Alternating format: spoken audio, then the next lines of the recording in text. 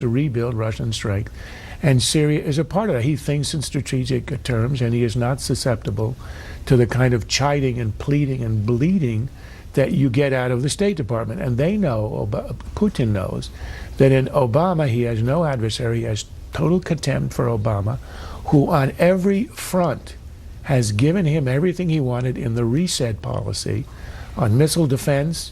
On Iran, we have no complaints on the way it's blockaded us, stopped the UN resolutions, and that's why he does exactly as he pleases. Whether it's a new helicopter or old one is irrelevant. If you take a new one out of storage, an old one out of storage because it can't be used, and you restore it, it's a new helicopter.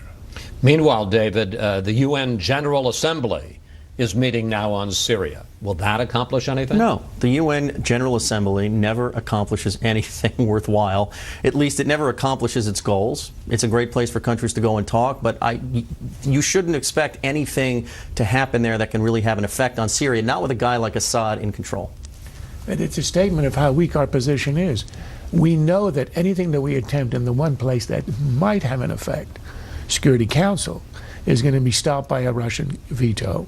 Because, again, they have contempt for American opposition. So they're going to go to the General Assembly where the Russians don't have a veto, but where the General Assembly has no power to do anything about anything ever. Well, Kofi Annan is there, and Kofi Annan has said that his attempt... explain. He's the former head of the United Nations. Right. And he has been there trying to act in some way to bring peace to the situation, and he has acknowledged there's been a failure.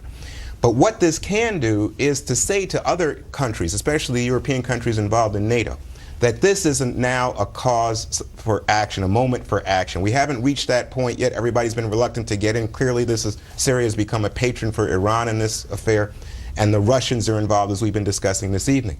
So it could lead to a larger conflagration. But the need right now is to get other countries to say, we need to do something, and we may be approaching that moment. That's it for the panel, but stay tuned.